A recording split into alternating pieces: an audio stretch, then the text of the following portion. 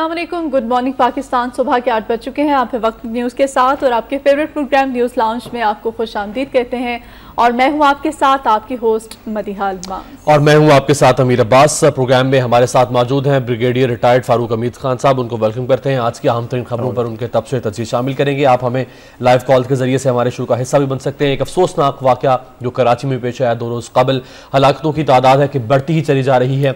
लाशें हैं कराची में वैसे ही गिरती रहती थी और अब लाशें हैं कि जो एक फैक्ट्री से निकलती चली जा रही हैं। जो तादाद इब्तदाई तौर पर 25 से 30 थी वो अब बढ़कर 290 तक पहुंच चुकी है। ये 290 लाशें या 290 मैयतें नहीं है बल्कि 290 ख़ानदान है। एक बहुत बड़ा सान्या है, इस पर भी बात करेंगे। लेकिन न्यूज़ लाउंज में सबसे पहले बढ़ते हैं नवाए वक्त टुडे की जानिब।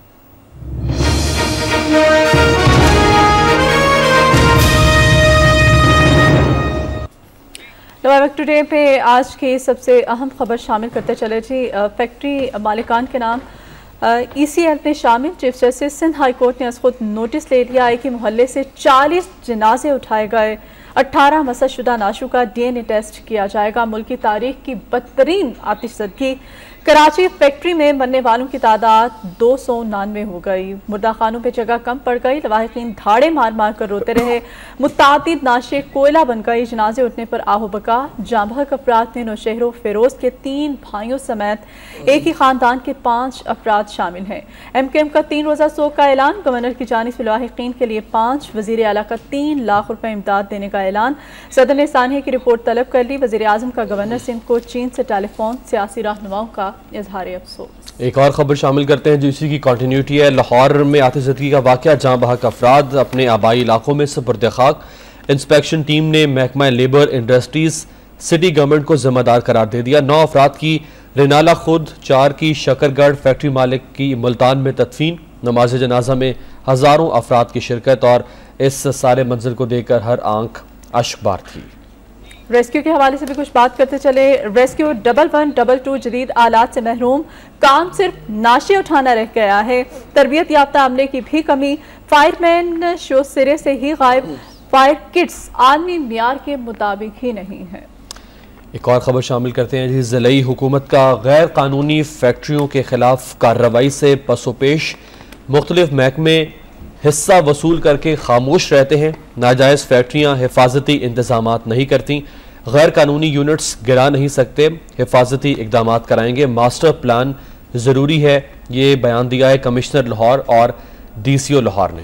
और लाहौर फैक्ट्री में जो आग लगी है, इसकी जो हमने कल भी आपको बताया था, इब्तदाई रिपोर्ट सामने आई, उसके मुताबिक आपको बताते चले जो खबर नवाए वक्त टुडे में आज शामिल की गई है। इमरजेंसी दरवाज़ा ना था और ना ही कोई नक्शा दिखाया गया है इस बिल्डिंग का। हिफाजती इक़दाम नज़रअंदाज करने वाली फैक्ट्री बंद करने का इख्तियार नहीं। लेबर डिपार्टमेंट का कहना है रजिस्टर्ड फैक्ट्रियों का साल में एक बार जायजा लिया जाता है। टाउन प्लानिंग के कवानीन का इतलाफ नहीं किया जा रहा। एक और खबर शामिल करते हैं जी। कराची साने के सिलसिले में मेरा बाप, मेरा भाई, मेरी बहन, गमज़दा कराची में गूंजती सदाएं। ये वो आओ बका थी, वो आओ फुगा थी, वो पुकार थी जो वहाँ पर आने वाले लवाहिकीन की जानिब से थी।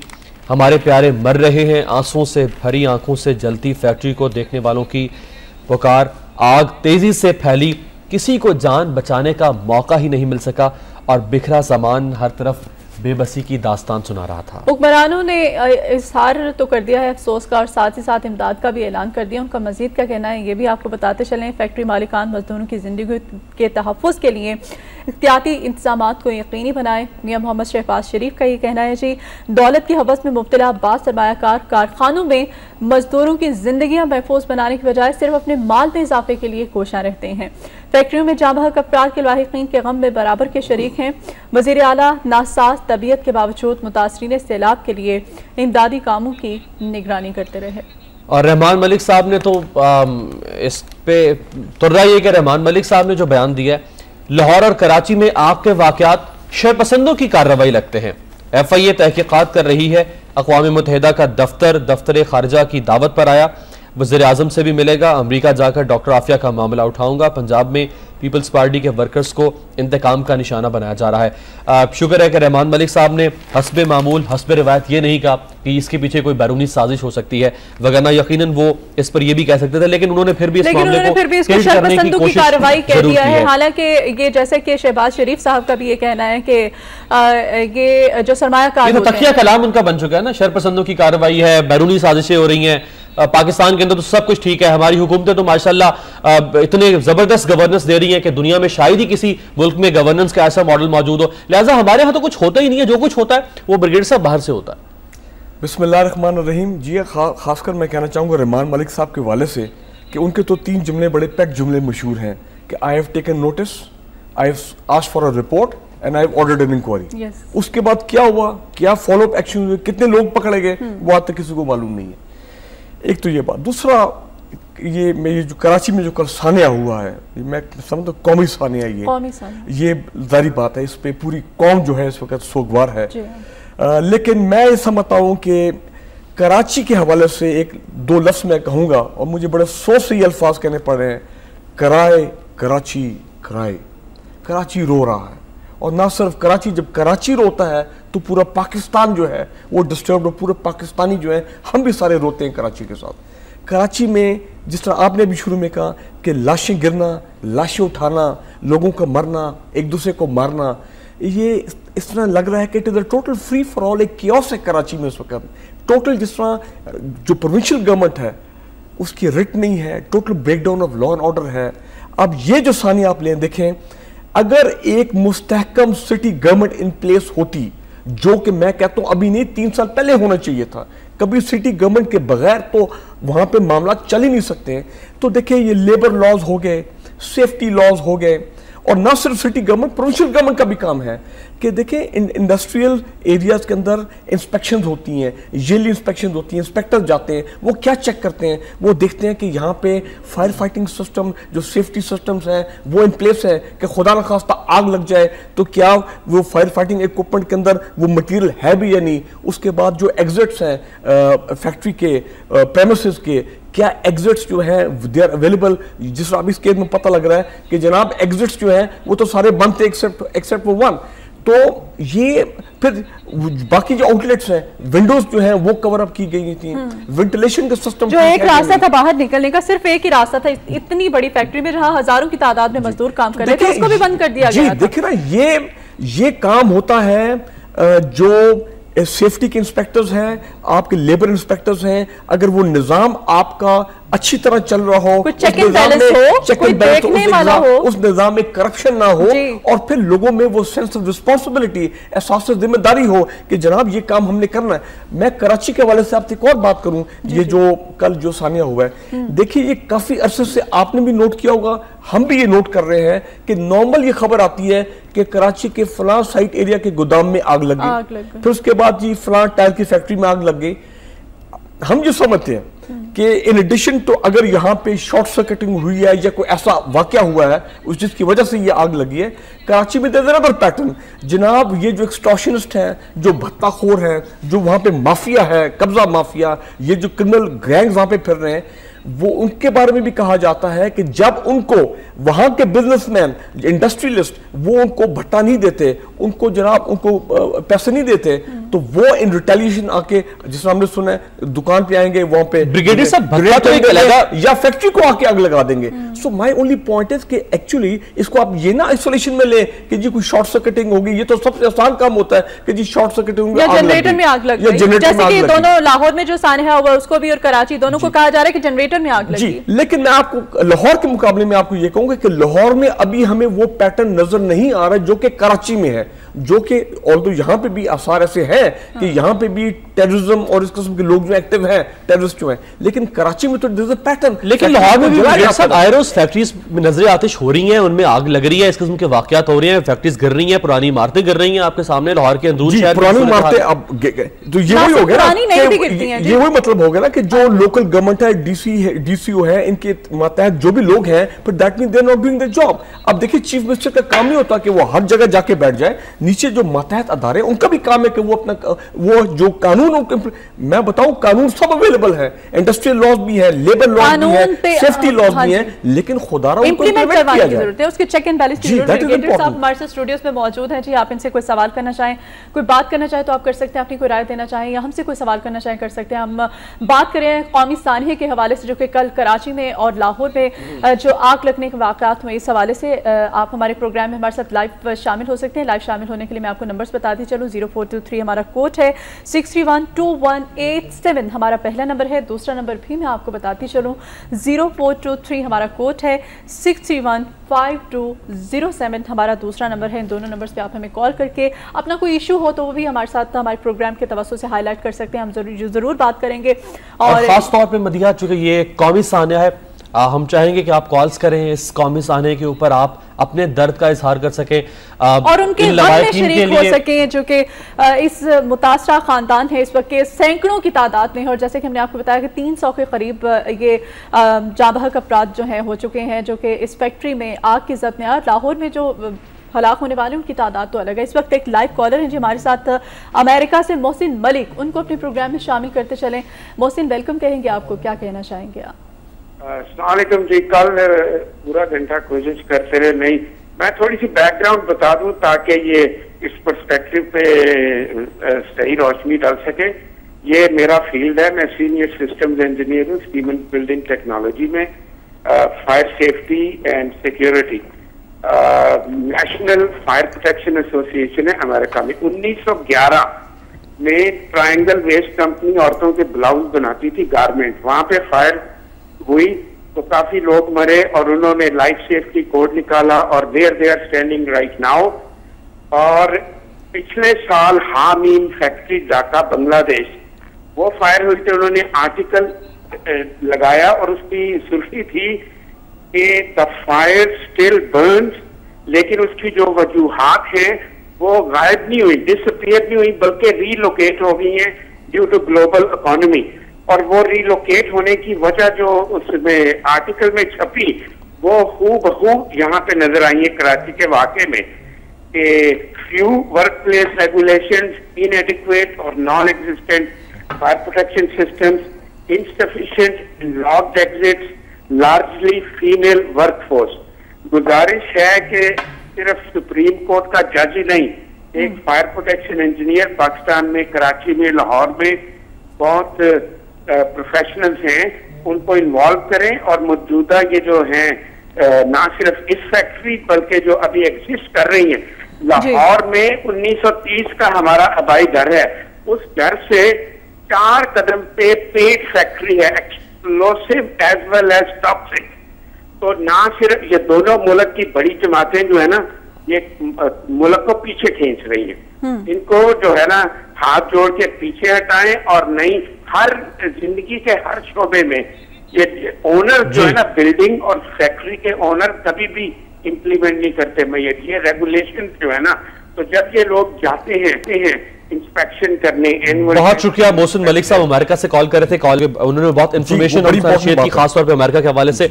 उस कॉल पर मैं आपसे भी पूछना चाहूंगा कि अगर कोई नक्शा पास करने के लिए जाता है वो भी पैसे ले लेता है, इंस्पेक्शन टीम है वो पैसे ले लेती है, तो किस तरह से एक बिल्डिंग की तामीर से लेकर उसके चलने तक किस तरह से वो बिल्डिंग सही तरह चल पाएगी? ये तो जो एडमिनिस्ट्रेटर है उनकी रिस्पॉन्सिबिलिटी है कि वो इस करप्शन के मामले को खत्म करें और बिल्कुल मेरिट के मुताबिक, कानून के मुताबिक काम हो। अब ये मोहसिन साहब ने जो बात की ये बड़ी इंपॉर्टेंट है। देखिए ये फैक्ट्री का जो ओनर है उसकी जिम्मेदारी है नंबर 1 कि उसकी फैक्ट्री में पीपल शुड बी ट्रेन्ड कि अगर खुदा न खासा कोई हादसा होता है तो वो एक फायर फाइटिंग टीम होनी चाहिए जो रिएक्ट करे इमरजेंसी में, और जो उसकी फैक्ट्री में फायर फाइटिंग इक्विपमेंट है वो इक्विपमेंट सर्विसेबल होना चाहिए। उस इक्विपमेंट की हर 6 महीने बाद पीरियोडिक इंस्पेक्शन होनी चाहिए कि उसके अंदर जो फायर फाइटिंग मटेरियल है उसकी लाइफ खत्म तो नहीं होगी कि कल को पता लगे कि फायर एक्सटिंग्विशर आप इस्तेमाल कर रहे हैं और इस्तेमाल ना हो। होगा तो कोई चेक एंड बैलेंस होगा ना, तो देखिए ये इंतजामात होंगे तो चेक एंड बैलेंस होगा। कानून की जगह अलग अपनी जगह, लेकिन फैक्ट्री ओनर की बड़ी जिम्मेदारी है, बेसिक जिम्मेदारी तो उस आदमी की है। देखिए फैक्ट्री ओनर तो ब्रिगेडियर सब कॉस्ट कटिंग करता है ना, वो तो पैसा बचाता है। जी नहीं, फैक्ट्री ओनर का काम है, he has to implement the laws of the government, the laws of the city government. Basic जिम्मेदारी उसकी आती है, उसके प्रोसीजर्स को चेक करना, उसके सिस्टम को चेक करना, फिर ऊपर वालों का काम है। इंस्पेक्टर आते हैं, वो चेक करते हैं। देखिए जब इंस्पेक्टर आता है किसी फैक्ट्री में, उसका काम है कि वो ड्रिल, वो बताए आपकी एसओपी क्या है, आपके प्रोसीजर्स क्या है, उसके मुताबिक वो ड्रिल कराए कि अच्छा फर्जी आग लगाई जाती है किसी कोने में और कहा जाता है आई वांट टू सी कि आपके लोग कैसे रिएक्ट करते हैं। लेकिन उसके सिस्टम इन प्लेस है जो बात आप कह रहे हैं उसके कॉन्ट्रेरी टू दिस, जो लेबर डिपार्टमेंट जो बात कर रहा है वो तो इंतहाई रिडिकुलस है कि हिफाजती इकदाम नजरअंदाज करने वाली फैक्ट्री बंद करने का इख्तियार नहीं है। यानी लोग मरते रहे, 300 लोग मर जाए और आप फैक्ट्री को बंद न करें, ये तो रिडिकुलस है। अगर आप बंद नहीं कर सकते तो आपने क्या उसी को रिपोर्ट फॉरवर्ड किया आगे? जी, तो इसका मतलब है कि कानून में आपने ये भी देखना कि कोई लूपहोल तो नहीं है।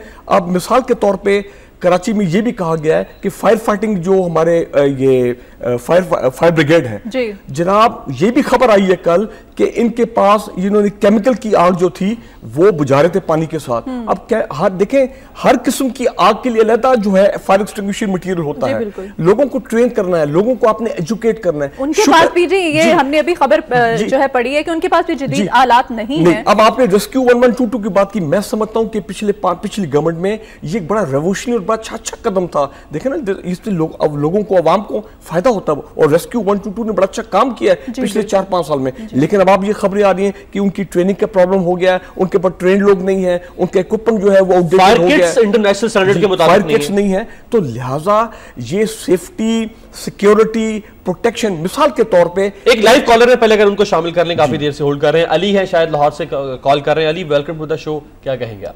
जी मैं ये कहना चाहता हूँ कि ये सारी चीजें अवेलेबल हैं पूरी दुनिया में। इनकी जो बड़ी बड़ी लैंड क्रूजर है इनको छोटी करें और ये पैसा जो है इस चक्कर में लगाएं। अगर इसका बाप का या इसका औलाद या खुद ये बीच में जले होते, ये मिनिस्टर या जो है ये पॉलिटिशियन, इनका किसी का बच्चा जला होता तो इनको पता होता कि कौन सा काम कैसे करना है। इनका यही एक इलाज है। ये इतने बेहिस लोग हैं कि इनके पैसा जो पाकिस्तान का है ये अपनी जाती जागीर समझ के इस्तेमाल करते हैं। हमारी सहूलत के लिए या हमारे लिए ये कोई पैसा नहीं लगाते। ये लोगों के अपनी याशियां नहीं खत्म होती। ये जो शहबाज शरीफ साहब है, इनकी अपनी इंडस्ट्रीज है, जाके देखें वहां पर क्या ये लोग किस तरह बात करते हैं। ये समझ से बाहर है कि ये इंसान है या ये जानवर है। इनको ये समझ नहीं आती कि 300 लोग मर गए हैं और किसी ये सारे फोटो सेशन कराने गए और ये बातें, मैं अब क्या कहूँ, कौन से अल्फाज इन लोगों के लिए इस्तेमाल करूं कि जो अरबपति आदमी है वो भाग के इधर से बाहर चला जाता है तो गरीब आदमी अंदर मर रहा है, मरने दो। अली उन्होंने तो बड़ा आसान कर दिया ना, मामला तो हल हो गया है, इंक्वायरी भी खत्म होगी। उन्होंने कह दिया तो शर्पसंदों की कार्रवाई। भाई शर्पसंदों की क्या कार्रवाई है? इसको ये रहमान मलिक है, इसको वहां फैक्ट्री के अंदर निकाल के ना फेंक देना था, उन बच्चों के सच्चों के साथ जला देना था जिनकी औलादें जली हैं। तब इनको पता चलता दर्द क्या होता है। इन लोगों को दर्द है ही कोई नहीं। ये बेहिस, ये पत्थर है, इंसान तो है ही नहीं। ये तो इंसान ही नहीं है किसी तरफ से भी। यार जिसका बच्चा मर गया उससे पूछो, जिसका बेटा मर गया उससे पूछो। खुदा का वास्ता है इंसान बनो।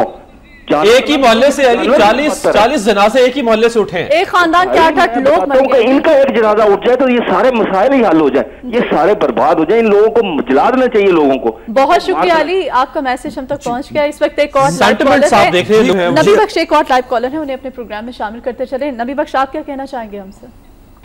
मैं ये कहना चाहूंगा बहुत ही बड़ा कौमी सानिया है, इस पे जितना भी दुख किया जाए बहुत कम है। एक खुशहाल बात जो मुझे नजर आई कि मुत्तहिदा के गवर्नर साहब उधर से जो पहली दफा किसी ऐसी जगह पे गए, मैं तो कहता हूँ जो बात हो रही है पत्ताखोरों की, उसकी तरफ यकीन उनकी मानो खोज लगानी चाहिए कि क्या वाकई ये पत्ताखोरों का काम है या कोई कुदरती आफत है। बस यही मैं कहना चाहूंगा। अब अपील है कि अपने इतादियों को भी आसपास में देखें कि वो इतने कलेक्टिव क्यों थे। सवाल है ये मेरा। जी बहुत शुक्रिया नबी बख्श कॉल कर रहे हैं से। मुख्तार अहमद साहब कॉल कर रहे हैं। मुख्तार साहब, इफ्तिखार साहब कॉल कर रहे हैं। इफ्तिखार साहब क्या कहेंगे आप? जनाब मैं कहता हूँ जो इतनी सारी बड़ी फैक्ट्री थी जिसमें 700 आदमी काम कर रहे थे, इस मालिक को ये नहीं कि इन्होंने इतनी बड़ी फैक्ट्री में फायर फाइटर का कोई बंदोबस्त नहीं था और उसका चौकीदार ये है कि एग्जिस्ट जो है ना दरवाजे उन पे ताला लगा के वो चला गया जी। ये इसका किसका कसूर है? मालिक का कसूर है या किसी और का कसूर है? और दूसरी बात, बहुत शुक्रिया इफ्तिखार अहमद। वही बात इस वक्त लाइव कॉलर्स की बात आपने सुनी, जानवर हैं हम। देखें, अवाम के जो जज्बात हैं वो बिल्कुल सही हैं। मैं ये कहूँगा कि लीडरशिप हमारी बेहिस है और पाकिस्तान की अवाम इस वक्त बेबस है जी। तो ये सूरत हाल जो है, पूरी कौम यकीनन इस वक्त डीमोरलाइज स्टेट की हालत के अंदर है। इंडस्ट्रीज की बात की, एक और फैक्टर है, रेजिडेंशियल एरिया में जनाब फैक्ट्रीज लगाई जा रही हैं जी। और फिर वही बात होगी कि कौन अप्रूवल दे रहा है, जिन्होंने अप्रूवल देना है वो जनाब वो करप्शन में इन्वॉल्व है। तो लिहाजा ये सब मिली भगत से हो रहा है। आप ये जो फूड इंस्पेक्टर्स हैं, हेल्थ इंस्पेक्टर्स हैं, जब ये हॉस्पिटल में जाते हैं, फूड इंस्पेक्टर्स ये रेस्टोरेंट में जाते हैं, लोग कहते हैं कि अगर आप जाके ये जो पॉश रेस्टोरेंट हैं लाहौर के, इनके जाके किचन में एक दफा आप देख लें कि जिस स्टैंडर्ड अनहाइजीनिक तरीके से चीजें बनाई जा रही हैं, तैयार की जा रही हैं, आप इन जगह जाना छोड़ देंगे आप। लेकिन मसला क्या है कि वहां पे ये फूड इंस्पेक्टर्स को उन्होंने ब्राइब किया हुआ है, और जो हेल्थ इंस्पेक्टर्स आते हैं छोटे क्लिनिक्स के अंदर, छोटे प्राइवेट हॉस्पिटल में, वहां पे जो ये लेबोरेटरीज हैं वो उनको ब्राइब कर देते हैं। तो बेसिक मसला फिर वो रहता है, बैड लीडरशिप, मिस गवर्नेंस और ओवरऑल करप्शन जो हमारे माशरे में हर सेगमेंट में सराहियत कर चुकी है। ब्रिगेडियर साहब, आपने कहा कि प्राइमरी रिस्पांसिबिलिटी फैक्ट्री ओनर की बनती है। क्या आप नहीं समझती कि प्राइमरी रिस्पांसिबिलिटी तो जब फैक्ट्री कंस्ट्रक्ट होना शुरू हुई है तो एसओपीज के मुताबिक जब वो देखें, फैक्ट्री ओवरनाइट तो कंस्ट्रक्ट नहीं होती ना, 20% 30% जब वो कंस्ट्रक्ट हो गई थी तो कहां गए वो सारे इदारे जिन्होंने चेक करना चाहिए था कि ये साथ साथ कैसे कंस्ट्रक्ट हो रही है? बिल्डिंग लॉज है, मैं आपकी बात मानता हूं, बिल्डिंग लॉज के वजह से people have to come and inspect के बिल्कुल कानून के मुताबिक, ड्राइंग के मुताबिक, डिजाइन के मुताबिक क्या ये तमाम काम हो रहा है, क्या safety systems are they in place. फिर उसके बाद एनओसी जारी होता है, फिर उसके बाद कंप्लीशन सर्टिफिकेट दिया जाता है। लेकिन फिर वही बात आ जाती है, करप्शन, बिकॉज लोग मिले होते हैं आपस में, वो बाईपास करते हैं, ओनर्स जो है वो कॉम्प्रोमाइज करते हैं अपने पैसे बचाने के लिए, ठीक है ना जी, and they will not invest in the safety system, in the support system. अब मिसाल के तौर पे हर फैक्ट्री में देखिए, वहां पे मेडिकल किट्स हर एरिया में होनी चाहिए एक कानून के मुताबिक, उनके अंदर लेटेस्ट मेडिकल इक्विपमेंट और बिल्कुल जो दवाइयां जो हैं फर्स्ट एड के तौर पे वो होनी चाहिए। डॉक्टर साहब, सॉरी टू से, यहाँ पे लाहौर के एक चिल्ड्रन वार्ड के अंदर आग लगी थी 6 माह पहले, अगर आपको याद हो, बच्चे जल गए थे। तो आप तो जनाब, who should be sacked? The MS of the hospital, कोई भी जो इंचार्ज है, कहां गई वो तहकीकाती टीमें? वो क्या जब तक आप लोगों को, आप हेड ऑफ द ऑर्गेनाइजेशन को अकाउंटेबल नहीं करेंगे जिसकी जिम्मेदारी है, तो ये होता रहेगा। ये चीफ मिनिस्टर का, ये प्रेसिडेंट या प्राइम मिनिस्टर का काम नहीं है कि वो हर जगह जाके बैठे, नीचे लोग हैं, डेलीगेशन ऑफ अथॉरिटी है। अगर पीआईसी में ये जो आप वाकया बता रहे हैं, इतनी बच्चे जो उनकी डेथ होगी, सैक दैट एमएस, उसको उसके क्रिमिनल एफआईआर, उसको जेल में भेजें।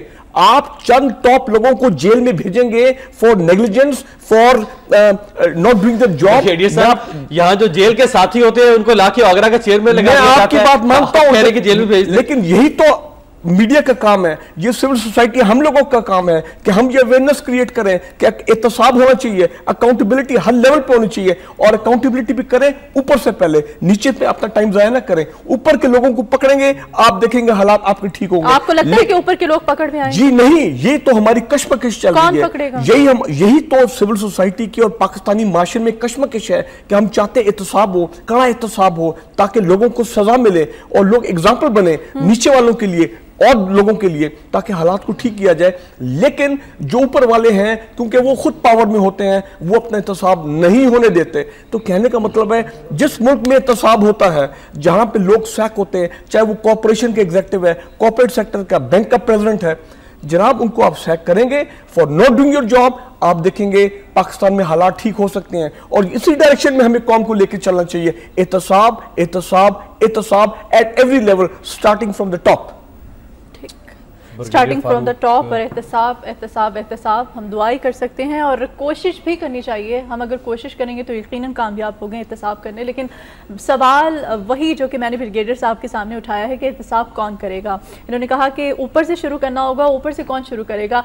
ये जो आके फोटो सेशन करवा के चले जाते हैं, बयानात दे जाते हैं, इनकी जानिब से इज़हार मजम्मत कर दिया जाता है, इनका एहतसाब आपका एहतसाब के इदारे अगर आप उनको मजबूत करेंगे, एहतसाब के इदारों को आप इंडिपेंडेंट करेंगे, एहतसाब के इदारों में जिस नैब है उसमें कोई गवर्नमेंट इंटरफेरेंस नहीं होगी, हुकूमत की इंटरफेरेंस नहीं होगी, पॉलिटिकल इंटरफेरेंस नहीं होगी, और उनको आजादाना तौर पे आप इंतखाब तब जाकर वो सही तरह से काम करेंगे। हमारी आंखें खोलने के लिए ये कोई पहला वाकया नहीं था, इस तरह के वाकयात का एक तसलसल है, कड़ी से कड़ी मिली हुई है, बल्कि एक ही दिन में 2 वाकयात हो गए, एक लाहौर में और एक कराची में। शायद 290 लाशों का गिरना ये पाकिस्तान की तारीख की आतिशज़दगी का सबसे बड़ा वाकया है, और कोई तो रोए लिपट कर जवान लाशों से, इसीलिए तो वो बेटों को माएँ देता है। दर्जनों बीसियों सैकड़ों माएँ होंगी जो गुज़श्ता 2 दिनों से जिनके आंसू हैं कि वो थमने का नाम नहीं ले रहे होंगे। जब जनाजे घर में पहुंचते होंगे तो किस किस्म की आहो-बका होती होगी, उसका अंदाज़ा शायद यहाँ बैठकर करना मुमकिन नहीं है। और कुछ माएँ तो ऐसी भी हैं कि जिनके जो प्यारे हैं उनके जनाजे भी घरों में नहीं पहुंचे, अभी उनकी शनाख्त ही नहीं हो पा रही है। इस कदर तबाही बरपा हुई है कि शनाख्त करना जो है वो नामुमकिन हो चुका है। और आप इस प्रोग्राम की वजह से मैं ये भी कहूँगा, मैं अपील करूँगा खासकर सिंध में जो हमारे नेशनलिस्ट फोर्सेज हैं जिन्होंने आज हड़ताल की कॉल दी थी। देखिए जो हमारी बाकी पार्टी ने, पीटीआई है, पीएमएलएन है, जमात इस्लामी है, उन सब ने कहा कि जी आज क्योंकि इतना बड़ा कौमी सानिया हुआ है, इसके शोक के लिए हमें और उन लोगों के साथ हमदर्दी के लिए, उन फैमिलीज के लिए और विक्टिम्स के लिए हड़ताल कॉल ऑफ होनी चाहिए। मेरे ख्याल हमारे जो भाई हैं सिंध नेशनलिस्ट पार्टीज के जिन्होंने कॉल दी है, उनको सोचना चाहिए कि हर चीज़ का एक वक्त होता है। आज मुनासिब दिन नहीं है कि वो हड़ताल करें और अपने वो जो लोकल बॉडीज वाले के जो उनको इशू चल रहा है उसको 1-2 दिनों के लिए उसको पेंड कर दें। हड़ताल 1 हफ्ते बाद भी आप कर सकते हैं। इस वक्त जरूरत है कि आप यकजहती का इजहार करें, उन लोगों के साथ हमदर्दी करें, क्योंकि देखिए इस वक्त मैं ये देख रहा हूँ पाकिस्तानी कौम डिमोरलाइज है। हमारी लीडरशिप को आके कौम के मोरल जो है वो हाई रखना चाहिए, चाहे टेररिस्ट एक्ट हो, चाहे इस किस्म के सानिया हो, कुदरत की आफात। उधर देखिए फ्लड्स आए हुए वहां पे बारिशों की वजह से। सिंध में क्या इस वक्त हालत है, पंजाब में क्या इस वक्त हालत है, तो ये तमाम चीजें हमें सामने ज़हन में रखनी है। हम भी चाहते थे कि हम मदिया आज इसी इशू पे ज्यादा बात करते, लेकिन चूंकि वक्त बहुत कम है इसलिए कुछ और अहम खबरें भी नवाब की शामिल करने हैं, उन्हीं की जाने पड़ते हैं। जी बिल्कुल, अगली खबर शामिल करते चलें जी। तौहीन आमेज़ फिल्म की नुमाइश पर पाकिस्तान समेत आलम इस्लाम का शदीद एहतजाज। लीबिया अमरीकी कौंसल खाने पर रॉकेट हमला, सफ़ीर समेत 4 अफराद हलाक हो गए। मरने वालों में 3 सिफारती एहलकार शामिल। मुजाहिरीन ने इमारत को आग लगा दी। मिस्र में भी अमरीकी सिफारत खाने पर हमला। फिल्म की नुमाइश मलून पादरी टेरी जॉन्स ने की। तैयारी में यहूदियों ने हिस्सा लिया। अफगानिस्तान ने यूट्यूब बंद कर दी, पाकिस्तान ने नहीं की। मिस्र, ईरान और दीगर ममालिक की मजम्मत। बेहुदा जुबान पर शर्म आती है। इसराइली रबी हमलावर नहीं बचेंगे। ओबामा और हमले की भी मजम्मत करते हैं पाकिस्तान। ये जो तौहीन आमेज़ फिल्म की नुमाइश इस वक्त की गई है, इस वक्त पूरा इस वक्त पाकिस्तान समेत आलम इस्लाम एहतजाज कर रहा है, आप क्या समझते हैं कि पहली दफ़ा ऐसा नहीं हुआ? जैसे कि ये पहली मरतबा नहीं हुआ। वेस्टर्न वर्ल्ड में ऐसे शरपसंद अनासर हैं, ऐसे शरपसंद ग्रुप हैं जो चाहते हैं कि वेस्ट को और जाहिर बात है इस्लाम के दरमियान वो डिवीजन क्रिएट किए जाए उस तरह की कि आपस में इनका क्लैश हो, क्लैश ऑफ सिविलाइजेशन हो। मुसलमानों को ये प्रवोक करते हैं, मुसलमानों के जज्बात को ये भड़काते हैं। अगर आपको याद हो 1979 में पाकिस्तान में क्या हुआ था, खाना काबा के ऊपर बागी लोगों ने कुछ हमला करके कब्जा कर लिया। और मुझे याद है कि ये मैं नहीं कह सकता कि उसके पीछे अमेरिका था या नहीं, लेकिन विद इन आवर इस्लामाबाद में परसेप्शन ये बन गया कि शायद अमेरिकियों ने हमला किया है। जनाब इस्लामाबाद में जो अमेरिकी एम्बेसी थी उसको वायलेंट मॉब ने आके 2 घंटे में जला दिया। मतलब ये है कि जब कभी भी इस्लाम के खिलाफ कोई बात होगी तो न सिर्फ पाकिस्तान में, पूरे आलम दुनिया में लोगों के जज्बात जो है वो भड़क जाते हैं, लोग मुश्तिल हो जाते हैं। डेनमार्क में कार्टूनिस्ट ने इसी तरह ब्लेसफेमस कार्टून बनाए 3 साल पहले। मैं समझता हूं कि उसमें हमारा रिस्पांस ठीक नहीं था, एहतजाज हुआ। हमें तो डेनमार्क की और डेनिश जो गुड्स थे उनका टोटल बॉयकॉट करना चाहिए था, क्योंकि वो कार्टून दानिस्ता तौर पे बनाए गए इस्लाम को मिलाइन करने के लिए, और जाहिर बात है ब्लेसफेमस थे और हमें लुक डाउन करने के लिए। उसके बाद अफगानिस्तान में अमरीकी फौजियों ने कुरान पाक की बेहुरमती की। इस साल की शुरू में कितना एहतजाज हुआ अफगानिस्तान में, पाकिस्तान में एहतजाज हुआ। President Obama had to apologize to the Afghan nation. So मैं समझता हूं कि ये शर पसंद अनासिर, और खासकर आप देखें ये जो यूट्यूब की फिल्म आई है इसमें वही खबीस पादरी टेरी जॉन जिसने पिछले साल कुरान पाक की बेहुरमती की, और मैं समझता हूं अमेरिकी गवर्नमेंट का लैप्स है, उनको चाहिए था कि ऐसे शख्स ने जो पूरे आलम इस्लाम में इतनी प्रॉब्लम खड़ा किया है कि वेस्ट और इस्लाम के जो ताल्लुकात हैं इसके खिलाफ कानूनी कार्रवाई होनी चाहिए थी। देखिए ना, इंटरफेयर डायलॉग चल रहा है पाकिस्तान में, पूरी दुनिया में कोई नहीं चाहता कि ये क्लैश हो दोनों मज़ाहिब में। तो ये स्टेट की भी जिम्मेदारी बनती है कि जब कभी उनका कोई ऐसा शहरी काम करे तो उसके खिलाफ कार्रवाई होनी चाहिए। बल्कि उनको तो प्रोटेक्शन दिया जाता है। जब इस तरह की कोई फिल्म की नुमाइश होती है, जब इस टेरी जॉन्स या कोई पादरी जो है जब वो हर्जा सराई करता है, बेहुरमती करता है, तौहीन करता है हुजूर सल्लल्लाहु अलैहि वसल्लम की शान में या इस्लाम के खिलाफ अकायद के हवाले से बात करता है, तो उसको प्रॉपर सिक्योरिटी दी जाती है, उस रोड को कॉर्डन ऑफ कर दिया जाता है ताकि कोई उसके ऊपर अटैक न करे। एक छोटी सी मिसाल दूंगी, रिमशा मसीह केस जो है, इसके बेशक हम डिटेल में नहीं जाएंगे, लेकिन उसको देखें हेलीकॉप्टर में एक जगह से दूसरी जगह पे मुंतकिल किया गया और किस तरह से उसको सिक्योरिटी दी गई, और उसकी जब तस्वीर दिखाई गई तो वह एक 12 साल की बच्ची है, लेकिन 12 साल की बच्ची को हेलीकॉप्टर में उठा के एक जगह से दूसरी जगह मुंतकिल करना उनको जी, वो मैंने भी सीन देखे, उसके पीछे मेरी अंडरस्टैंडिंग यही थी कि क्योंकि बच्ची की जो जान है वो खतरे में थी, तो लिहाजा देखिए पाकिस्तान का कोई भी शहरी हो उसकी जान और माल की हिफाजत स्टेट की जिम्मेदारी ठीक है, वो बात हम तो लिहाजा क्योंकि वो इतना पब्लिसाइज केस हो गया था कि बच्ची की जान का खतरा था, तो गलबन यही वजह है कि हेलीकॉप्टर में उसको जेल से जैसी वो निकली तो उसको ले गए ताकि कोई उसकी खतरा ना हो।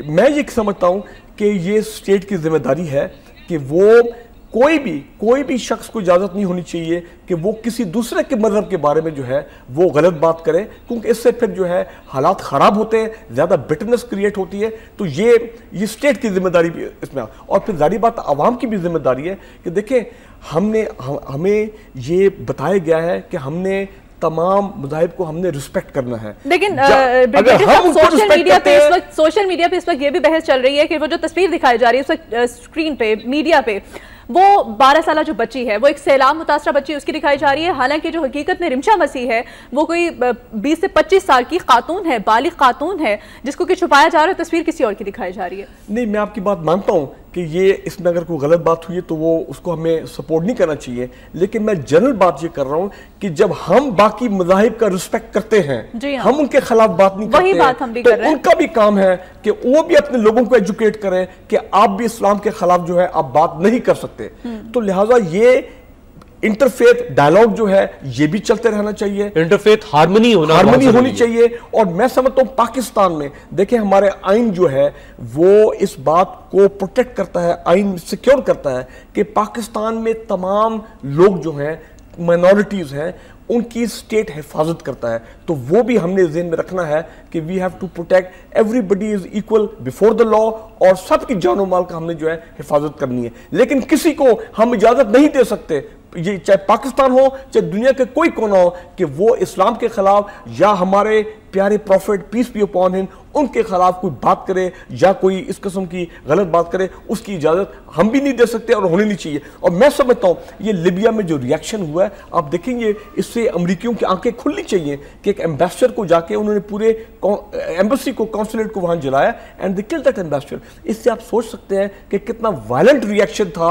और इजिप्ट में भी 2 दिन पहले हुआ कि कायरो की उनकी जो अमेरिकन कॉन्सुलेट है वहां पे भी हमला किया गया। सो कहने का मतलब ये कि अमेरिकन गवर्नमेंट को अब चाहिए कि ये बार बार उनके जो शहरी जो हैं, जो कुछ ऐसे लोग हैं वो उसको फ्रीडम ऑफ स्पीच कहते हैं। जी देखें, नहीं फ्रीडम ऑफ रिलीजन है उनके, नहीं फ्रीडम ऑफ स्पीच उधर तक होती है जब तक आप दूसरे को आप हदूद में दाखिल ना हो। तो ये आप अमेरिकन गवर्नमेंट, मेरा ख्याल है उनके लिए एक आई ओपनर होना चाहिए कि अगर ये मामला वो कंट्रोल नहीं करते हैं और ये लोगों के खिलाफ कार्रवाई नहीं करते हैं तो फिर अमेरिका के और भी इतनी जगह हैं interest all over the world, फिर वहां पे भी अगर मुसलमान उनके खिलाफ कार्रवाई करेंगे तो फिर एक और सिचुएशन आउट ऑफ कंट्रोल हो सकती है जो कि नहीं होनी चाहिए। लेकिन it is the responsibility of the state, United state, कि वो अभी कार्रवाई करें लोगों के खिलाफ। एक और खबर शामिल करते हैं जी, लापता अफराद के हवाले से हिना रब्बानी घर वज़ीर ख़ारिजा का बयान, अक़वाम मुत्तहिदा का वफ़द जायज़ा लेने आया, तहक़ीक़ाती मैंडेट नहीं है उनके पास।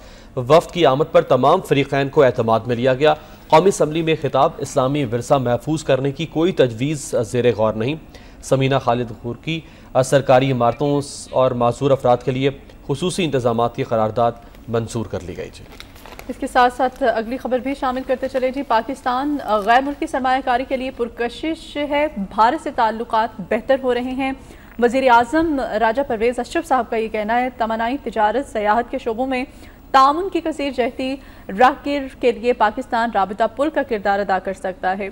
आलमी इक़्तिसादी फोरम से उन्होंने खिताब किया और इस खिताब में उन्होंने ये सारी बातें की। चीनी कंपनियां फ़ायदा उठाएं, बाटा सस्ते जूते तैयार करे, वफूद से गुफ्तगू मसनूआत तैयार करके भारत भेजेंगे, चीफ एग्जीक्यूटिव यूनिलीवर का ये कहना है। पहले हम लापता अफराद के हवाले से बात करना चाहेंगे ब्रिगेडियर साहब।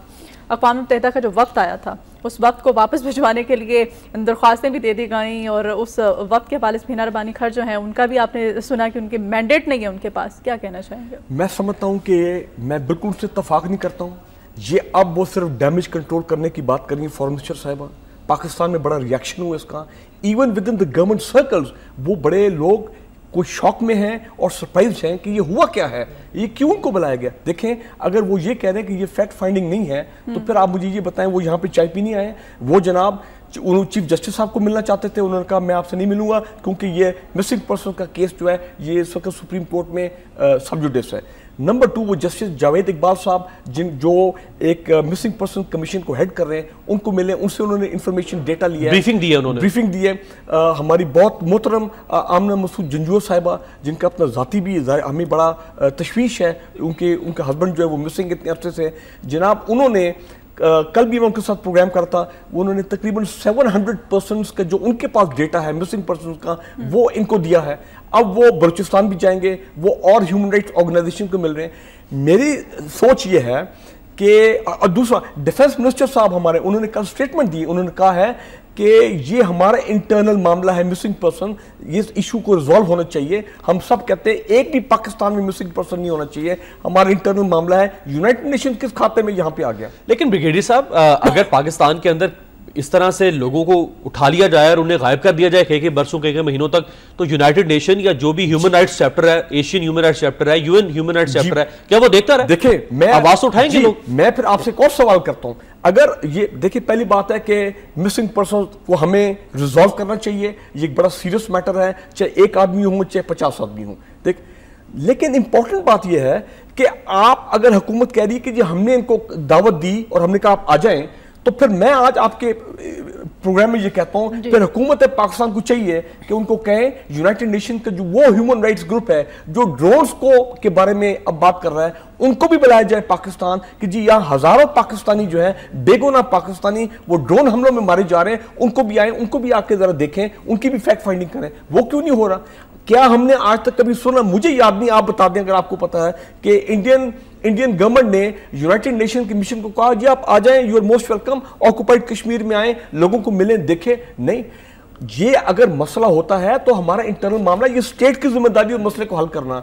वो अलग बात है कि बलूचिस्तान में जो पॉलिटिकल डायलॉग होना चाहिए, जो पॉलिटिकल रिकंसिलिएशन होनी चाहिए, वो नहीं हो रही। मिसिंग पर्सन का मसला एक इशू है जो कि ओवरऑल एनवायरनमेंट में आता, खासकर बलूचिस्तान के हवाले से। बलूचिस्तान में अमन हो जाए, बलूचिस्तान में पॉलिटिकल रिकंसिलिएशन हो जाए, मैं आपको बता दूं ये मिसिंग पर्सन का मामला खत्म हो जाएगा। ब्रिगेडियर साहब, आपको लगता है कि गवर्नमेंट मैसेज देना चाह रही है पाक आर्मी को और मैसेज देना चाह रही है हमारी एजेंसीज को? ब्रिगेडियर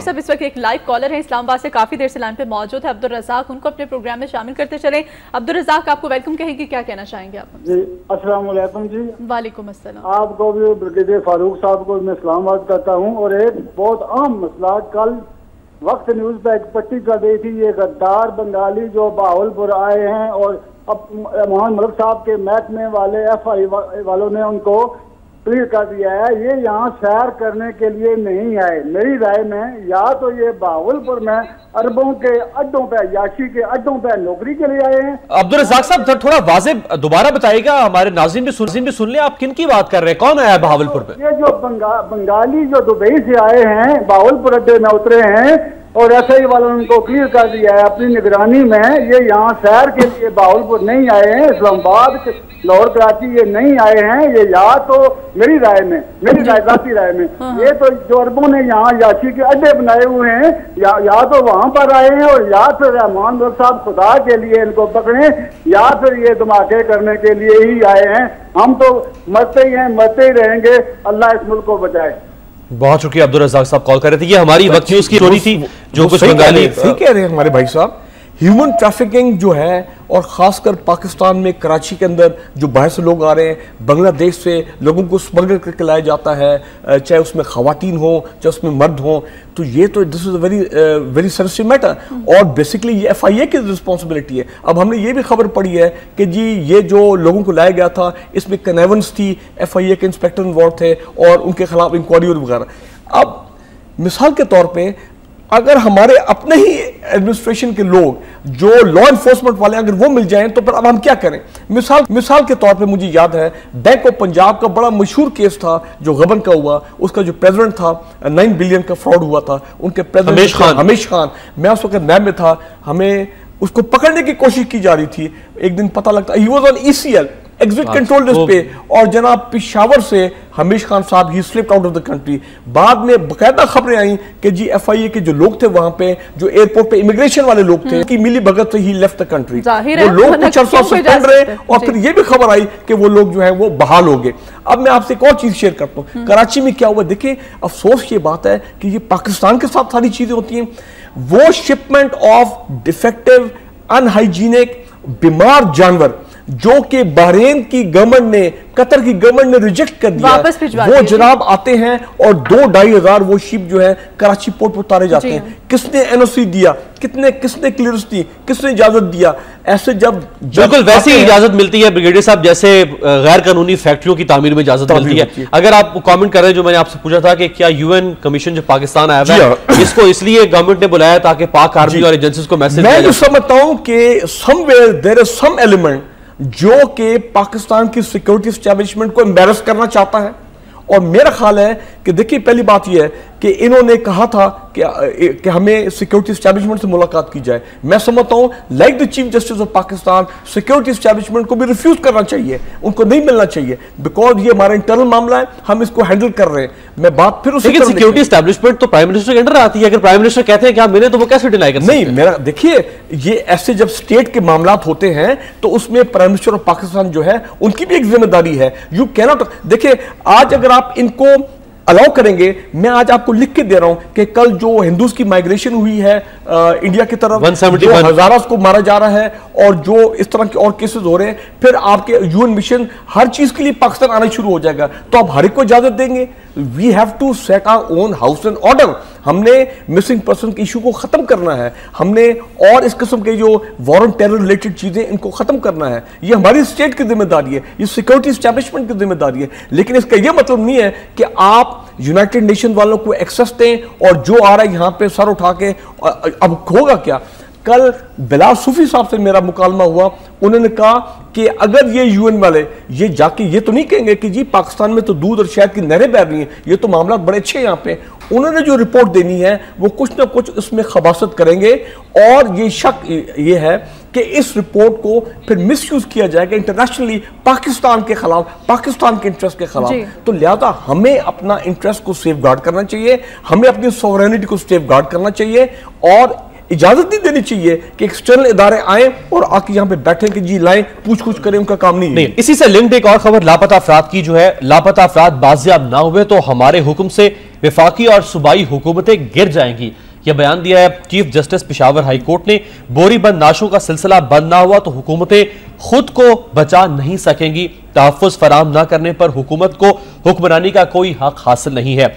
जस्टिस दोस्त मोहम्मद अदम हाजिरी पर सेक्रेटरी एस्टैब्लिशमेंट खैबर पख्तूनख्वा के वारंट गिरफ्तारी, अटॉर्नी जनरल पेश ना होने पर बरहमी, पेशावर में एक और बोरीबंद नाश बरामद। उसी से लिंक्ड है। अब जबरदस्त बयान दिया है। फिनोमेना बलोचिस्तान में था, अब यही फिनोमेना कुछ दिनों से हम खैबर पख्तूनख्वा में देख रहे हैं। तो चीफ जस्टिस साहब वहां पे परेशान है, हमारे जो सुप्रीम कोर्ट के चीफ जस्टिस साहब है वो जाते हैं वहां पे। मैं कहता हूं कि देखिए हमें हमें तसल्ली इस बात की है कौम को कि अभी भी कुछ ऐसे इदारे हमारे मजबूत हैं जो कि पाकिस्तान के इंटरेस्ट के लिए, पाकिस्तान के अवाम के इंटरेस्ट के लिए वो भी सुबह शाम काम कर रहे हैं। जरूरत अब इस बात की है कि देखिए बलूचिस्तान में कहा जा रहा है कि हजारों लोग मिसिंग हैं, लेकिन कोई ये नहीं पूछ रहा कि जी वो जो हजारों लोग मिसिंग हैं भाई उनमें मैक्सिमम वो लोग हैं जो कि अफगानिस्तान चले गए। अफगानिस्तान में डजन्स ऑफ ट्रेनिंग कैंप्स वहां पे लगाए गए हैं। पाकिस्तान के अंदर जो बलूचिस्तान में पहाड़ी इलाके हैं वहां पे जो इन मिलिटेंट्स के कैंप हैं वहां पे बलोच नौजवान वहां जाके बैठे हुए हैं, तो एक तो मिसिंग पर्सन वो भी आ गए। और जनरली अगर स्टेट में और इंसर्जेंट्स के दरमियान जब जंग होती है तो उसमें जाहिर बात है मिसिंग पर्सन का इशू आ जाता है, और मैं समझता हूं उसको हमें खत्म करना चाहिए। और बेस्ट तरीका खत्म करने का यह है कि हम बलूचिस्तान में खासकर पॉलिटिकल रिकंसिलिएशन करें, वहां पे हालात को पुरअमन करें, कॉन्फिडेंस बिल्डिंग मेजर्स लेके आएं और उधर एक एनवायरनमेंट क्रिएट करें कि पॉलिटिकल डायलॉग कामयाब हो जाए। और जहां जहां मिसिंग पर्सन हैं उनको जनाब, चाहे मिलिटेंट ग्रुप्स के पास हैं कि सिक्योरिटी एस्टैब्लिशमेंट के पास अगर हैं तो वो जनाब सब रिलीज हो जाए और एक पुरअमन फजा कायम। लेकिन इसके लिए इनिशिएटिव चाहिए। इनिशिएटिव कौन लेगा? एनवायरनमेंट जो है क्रिएट करने की जरूरत है इस वक्त। और खबरें टाइम चूंकि बहुत कम है, अगली खबरें भी शामिल करते चलें। अगली खबर शामिल करेंगे, गैर मुल्की शहरियत तर्क करने का सर्टिफिकेट जमा ना कराया तो रहमान मलिक की रुकनियत मुअत्तल हो जाएगी। चीफ जस्टिस साहब का ये कहना है। मामला तफसील से सुनेंगे। अदालत उस्मा, ये अदालत के वक़ार का मामला है। दरख्वास्त गुजार अदालती वक़ार को ख़तरा नहीं, गलत फहमी दिल से निकाल दें। चीफ जस्टिस का इस के रिमार्क्स हैं। मुवक्किल को तर्क शहरियत का सर्टिफिकेट नहीं मिला। वकील 8 पेशियों से यही हो रहा है। जस्टिस जवाद रहमान मलिक गैर मुल्की शहरी नहीं रहे थे तो मुस्ताफ़ी क्यों हुए? जस्टिस खिलची आरिफ हुसैन ने ये कहा। इसके साथ साथ अगली खबर भी शामिल करते चलें। बाहर के लोगों को बताएं अपने मामलात को खुद दुरुस्त कर सकते हैं। चीफ जस्टिस साहब का कहना है हमारा कोई दोस्त है ना दुश्मन, मुआशरे के खिलाफ केस हो तो इसे संजीदगी से लेते हैं। एफिडेंट केस में उनके रिमार्क सामने आए हैं। इस वक्त एक लाइव कॉलर है जी, फैसल तनवीर हमारे साथ काफ़ी देर से लाइन पे मौजूद है। तनवीर, अपने प्रोग्राम में आपको वेलकम कहेंगे, क्या कहना चाहेंगे आप उनसे? वालेकुम अस्सलाम। मीर भाई, मैं काफी देर पर लैंड से थोड़ा सा टाइम देना। जी जी, बहुत शुक्रिया, बोलिए बोलिए। यूरोप में हम देखते हैं कि एक जानवर बर्फ में फंसा हो तो वो हंगामी हालात में उसकी मदद करते हुए उस जानवर को बचाते हैं। यहाँ हमारे पर मीडिया ने खबर टाइम पर दे दी कि आग लग गई, इतने मजदूर अंदर दाखिल हैं, कोई नहीं पहुंचा।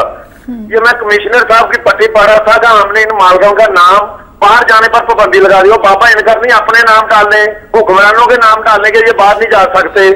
वो बाबा आप एक शख्स के दफा के लिए पूरी सुप्रीम कोर्ट को पूरा कहते हैं। यहाँ 250 इंसान इतनी बेदर्दी से, खुदा की कसम रोना आता है कि इतनी बेदर्दी से मर गए और किसी हुक्मरान के चेहरे पे मलामत नहीं, किसी ने झूठा रोना नहीं रोया, किसी ने इस्तीफा तक नहीं दिया। वो बाबा इतने जानवर यूरोप में मर जाए, वहां के हुक्मरान मुस्ताफी हो जाते हैं। यहाँ पर इंसान मर गए, किसी ने इस्तीफा तक, अफसोस तक नहीं किया। ये सिर्फ तस्वीरें बनाने के लिए, अपनी सियासत चमकाने के लिए उनके घरों में जाते हैं, सरों पे प्यार देते हैं, अफसोस करते हैं, फिर आकर अपनी मीटिंग में बैठ जाते हैं। ये यहाँ पर पाकिस्तान में मीर भाई को इंसानियत की कीमत है ही नहीं। बिल्कुल नहीं है जी, बिल्कुल नहीं है। बहुत शुक्रिया तनवीर, फैसलाबाद से कॉल करते हैं। बहुत आपने बात की, इसी पर आना चाह रहे थे हम। जो बात आपने कह दी, आपने शायद मेरे लफ्ज छीन लिए। एक तो उन्होंने कहा कि ईसीएल में नाम इनका डलना चाहिए ना कि फैक्ट्री मालिक का, और दूसरा उन्होंने बड़ी खूबसूरत बात की कि वेस्ट में, यूरोप में, डेवलप्ड कंट्रीज में अगर एक जानवर, एक परिंदा किसी जगह पर दबा हुआ हो तो उसको निकालने के लिए पूरा रेस्क्यू ऑपरेशन होता है। ब्रिगेडियर साहब, 12 घंटे कम से कम ये ऑपरेशन जारी रहा। शाम 6 बजे से पहले मीडिया ने खबर नशर की और अगले दिन सुबह 8 बजे तक ये ऑपरेशन जारी रहा। आग ही नहीं बुझाई जा सकती, आग पर काबू नहीं पाया जा सका। मैं दोबारा कहूंगा कि बहुत बड़ा सान्य है। इस पे कुछ लोगों का एहतसाब होना चाहिए। सिर्फ ये नहीं कि आप मालिकान को आप ईसीएल पर डाल दें। मैं और आपको ये भी बता दूं, वो कह रहे हैं कि हम छापे मार रहे हैं, मालिकान मिल नहीं रहे। मैं आपको आज बता रहा हूं, मालिकान शायद ऑलरेडी मुल्क छोड़ के भाग गए होंगे यहाँ से। वो भी हमारे लोगों ने उनकी मदद की हुई, एहलकारों ने, हुकूमत के, कि उनको मुल्क से निकाल दिया जाए। वो भी भाग गए होंगे। तो इस पे प्रोविंशियल गवर्नमेंट है, कोई हेड एहतसाब होना चाहिए, कोई हेड रोल होनी चाहिए। पाकिस्तान में इस्तीफे देने वाली तो ट्रेडिशन है ही नहीं है। कोई ऐसी अगर आपको याद है कि एक वो जब शेख रशीद साहब, मैं उनकी बड़ी इज्जत करता हूँ, वो रेलवे मिनिस्टर थे, इतना बड़ा सिंध में एक हादसा हो गया जिसमें पुल टूट गया और जनाब वो ट्रेन जो है डिरेल होगी। तो उन्होंने कहा कि जी आप रिजाइन करें। उन्होंने कहा कि मैं ट्रेन का ड्राइवर तो नहीं था, मैं क्यों रिजाइन करूं। जनाब असूलन ये होना चाहता है मुहज़्ज़ब माशरों में, जब कभी आपके मतहत जो काम हो उसमें बहुत बड़ा कोई गड़बड़ हो जाए तो आप अखलाकन morally you supposed to step down इस्तीफा देना चाहिए। हमारा एडिटोरियल भी हमारा है नहीं है, हमारा एडिटोरियल भी नवाब वक्त का कुछ इसी हवाले से बढ़ते हैं नवाब वक्त के इदारे की जानिब।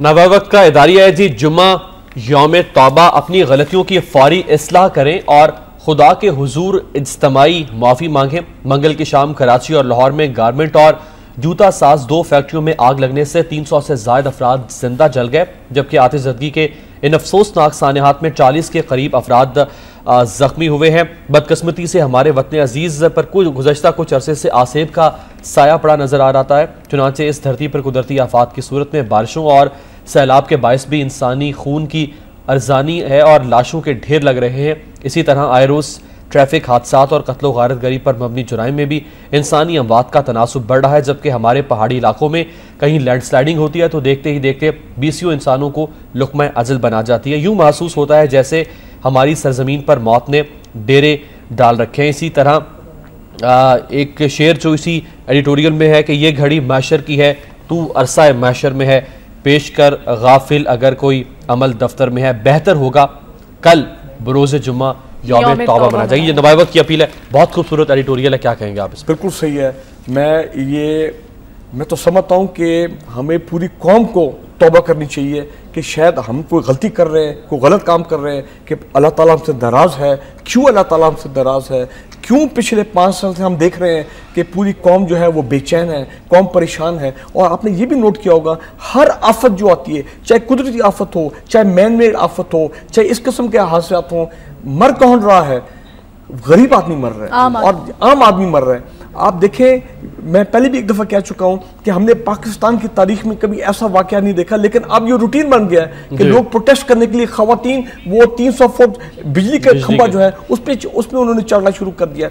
इनकी बेबसी का अंदाजा लगा। तो मैं सिर्फ ये कहता हूँ, हमारे जैसे कॉलर भाई ने भी कहा कि हम दुआ करें कि वक्त के ऊपर हमारे इलेक्शन हों, वक्त पे अवाम जो है इन आने वाले इलेक्शन में अच्छे लोगों को फैसला करे, अच्छा फैसला करे, और मुल्क की अच्छे लीडरशिप लेके आए, और वो लीडरशिप जो कि मुखलिस हो, जो पाकिस्तानी अवाम की खिदमत में उनके लिए उनके दिल में दर्द हो, और वो आए और पाकिस्तान की खिदमत करें, पाकिस्तान की तकदीर बदली जा सके। जी, नवाब वक्त एडिटोरियल, जुम्मा यौम तौबा, बकौल इकबाल के मोती समझ के शान करीमी ने चुन लिए कतरे जो थे मेरे अरके इनफिहाल के।